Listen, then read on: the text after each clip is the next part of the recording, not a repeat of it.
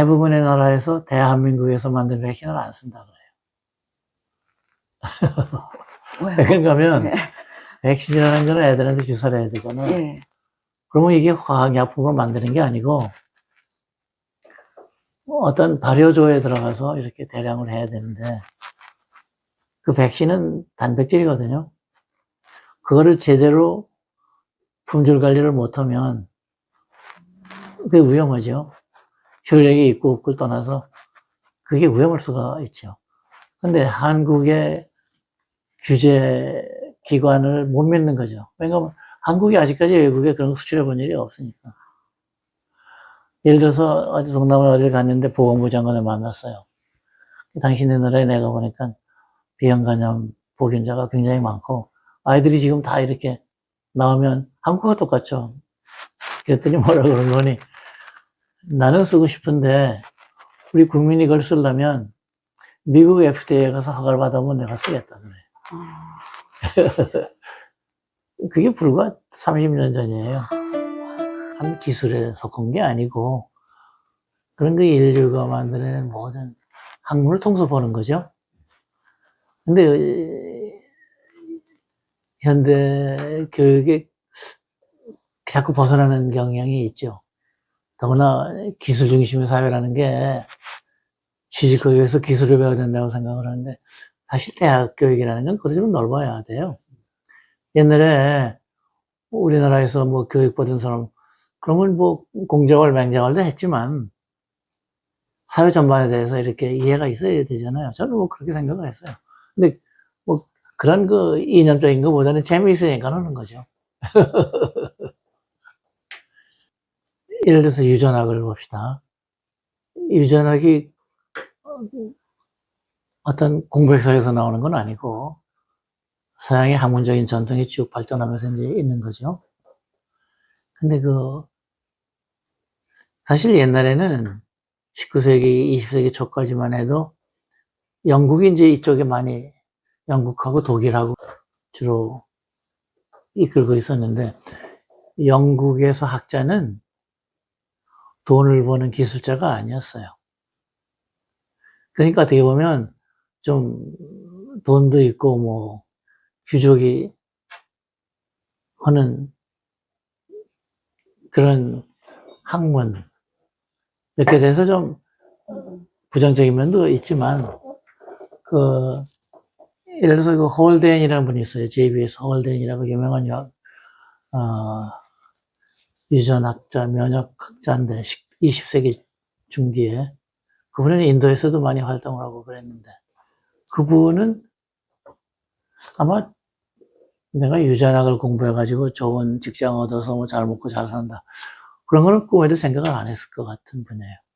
그 양반은 아주 간단하게 꼭 선거서 같이 살고, 동양의 학문적 전통에 대해서 책을 아주 크게 쓰신 분인데, 그런 전통이 있었는데, 지금은 우선 어렵죠, 그게. 경제적으로 어려우니까 뭐 그런 것도 있지만.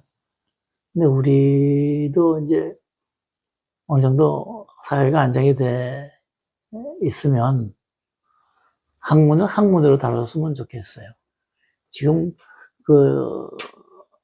대학 입학 시험 뭐 이런 것 때문에 정신이 없겠지만 그런 그 기술 분화된 사회? 거기에서 그게 정치적으로 막 이렇게 그것도 또 편협하게 되잖아요. 갈리고 뭐. 하여튼 그런 옛날처럼 그런 인문학이 굉장히 중요한 사회가 다시 됐으면 좋겠는데요. 그러니까 뭐 사실 나치 전문 영역이 저는 이제 그래서 화학하다가 생화학을 배우고 나서 유전학으로 넘어갔는데 그거는 제대로 전문적으로 공부를 해야죠, 물론. 뭐 그게 인문학적인 유전학이라는 건 없고 유전학은 유전학으로 있는데 그러나 과학자가 그렇게 다른 분야를 잊어버리고 외골수로만 가서는 글쎄요, 과학에 대해서 좀 잘할 수는 있겠지만 지식인으로서의 활동하기는 어려울 거예요. 그죠? 좋은 지적이시네요. 네. 예, 나중에는 그래서 결국은 제가 다시 과학을 떠나게 됐어요. 이제 그래서 유럽에서 한 4년 여러 연구소에 가서 경력을 쌓고, 미국에서 교수로 오라고 그래서 이제 갔어요, 뉴욕에. 그게 굉장히 유명한 의과대학이에요. 거기에서 한 10몇 년 동안 교수를 하면서 뭐 학생들 기르고 논문도 쓰고 그랬는데, 한 10여 년 지나서 이제 미국에는 처음에 들어가면 이제 조교수가 되고, 원래 대개는 5년 후에 심사해가지고 괜찮으면 부교수가 되고, 또 부교수가 됐다가 업적이 있고 학문적인 활동이 괜찮으면 한 5년 후에 정교수 시험을 봐요. 시험이 아니라, 그걸 뭐라고, 학교에서 이제 본인은 모르는 사람들이 전형위원회를 만들어서 심사를 하는데, 거기에서 허가가 나서 교수회의에서 통과가 되면 이제 정교수가 돼요. 그렇게 해가지고 이제 정교수가 됐어요, 10년. 근데 그러고 보니까 그게 1980년 초인데, 그때는 한국에서 지금 보면 이제 뭐, 역사적으로 그렇게 간단한 건 아니지만, 하여튼 민주화 운동이 막 일어나고, 그러면서 세계적으로 소위 말하는 유전공학 운동이 일어날 때예요. 근데 내가 보니까 학교에서 그냥 계속해서 학생들하고 연구해서 논문 발표하고 하는 건 좋겠는데, 어떤 사회적인 임팩트가 없는 것 같이 보여서, 그리고 그때 한국이 이제 그 박정희 시대를 지나면서 경제적으로 발전이 돼서 토대가 생겨갔거든요. 그리고 대학이 막 생기고, 그럴 때 한국에서도 유전공학적으로 뭔가 하려고 하는 그런 운동이 막 일어날 때예요. 그래서 학교에만 있어서는 안 되겠다는 생각이 들어서, 그래서 임시로 학교를 떠난 거예요. 그때는 완전히 떠난 게 아니고 내가 학교에서 휴직을 하고 유진택이라는 단체를 만들어서 한국 학생들을 미국으로 데려와서 젊은 사람들을 훈련시키는 거예요. 소위 말하는, 지금 말하는 바이오 인더스트리, 바이오 산업. 초창기죠.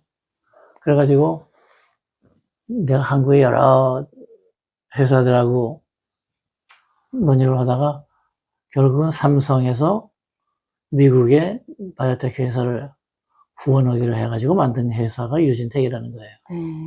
그래가지고 이제 한국에, 그때는 제일제당이라는 회사가 삼성의 일부니까 제일제당이 제일 그쪽에 가까웠어요. 식품 뭐.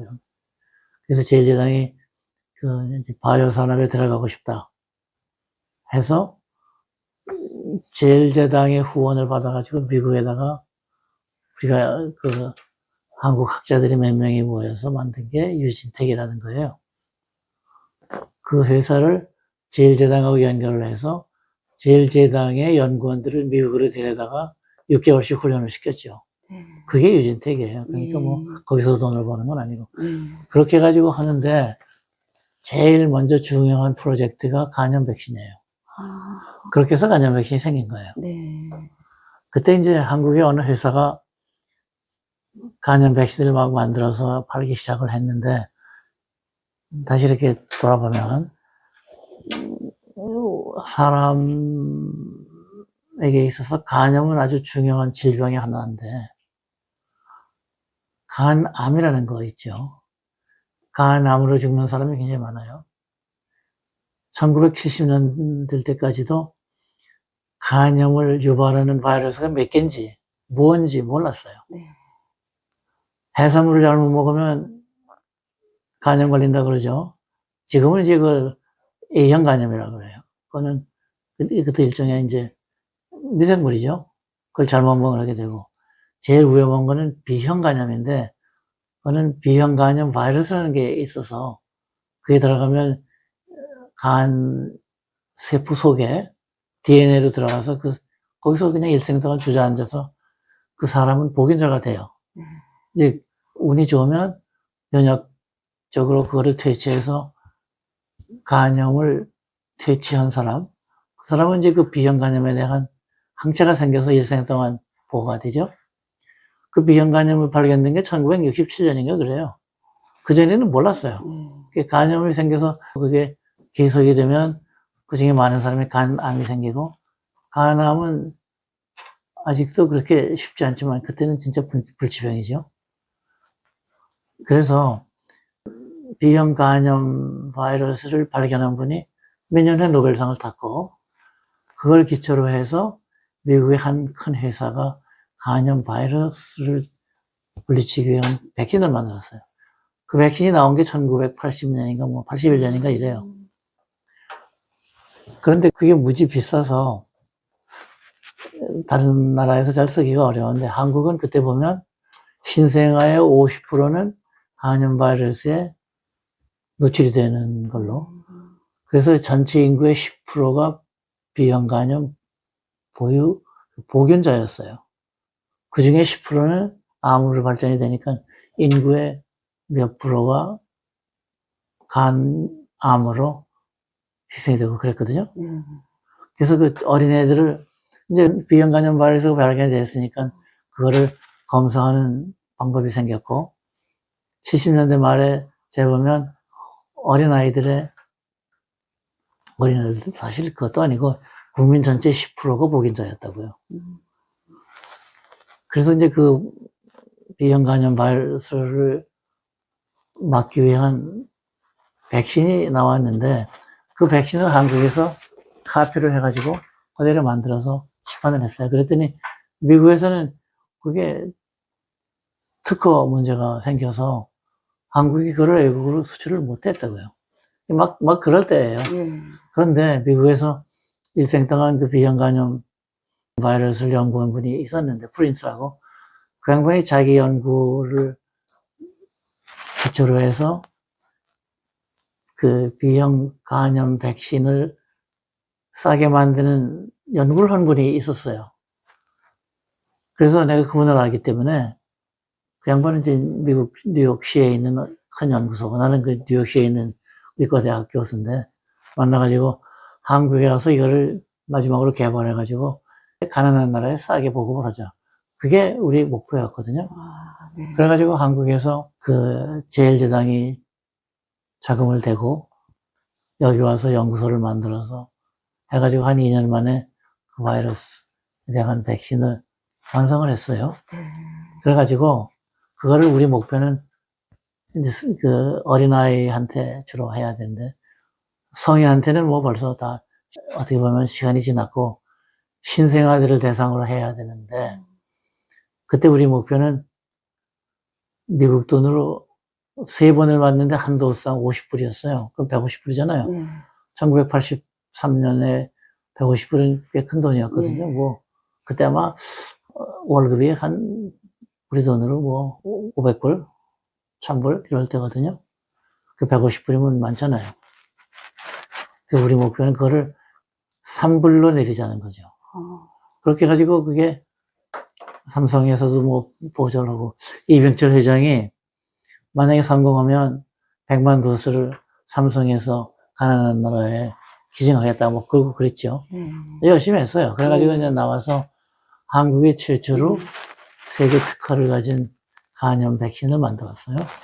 그래가지고 이제 그게 80년대 후반인데 세계적으로 그 보급 운동을 했고, 한국이 그런 비싸지 않은 백신이 생겼으니까 의무접종을 시작을 했고, 그래서 85년쯤 되면 한국의 신생아의 10%, 젊은 사람들 전부 다 또 한 10%가 보균자였어요. 그러면 그 중에 한 10%가 간암으로 될 가능성이 있는데, 그렇게 한 20년 하니까 한국이 최초로 이제 세계에서 최초로 의무 접종을 시작한 거예요. 돈을 안 받고 아이들한테. 한 20년 후에 한국의 보균자율이 1% 미만으로 떨어졌어요. 근데 그게 선진국은, 유럽은 우리하고 이제 여러 가지 뭐 생활 패턴도 다르고, 그래서 거기는 옛날부터 한 1%대였는데 우리가 이제 선진국으로 됐고, 나중에 알고 보니까 적도 근처에 있는 나라에서는 100%가 그 B형 간염에 노출이 되고, 인도, 중국 남쪽, 뭐 아프리카 적도 지방 이런 데는 보균율이 뭐 30% 막 그랬어요. 그러니까 1년에 수백만 명이 간암으로 죽는 거예요. 그거를 구제하기 위해서 생긴 게 B형 간염 보호 운동이에요. 그래서 미국에서 학자들이 모여가지고, 저도 모이고 그래가지고, 세계 B형 간염 퇴치 운동 본부라는 게 생겼어요. 네. 그걸 하기 위해서 우리가 백신이 되는 거죠. 그래서, 하여튼, 그때 내가 그 B형 간염 보급 운동을 해서 생긴 나라가 굉장히 많은데, 그때가 1989년, 90년 소련이 무너질 때예요. 네.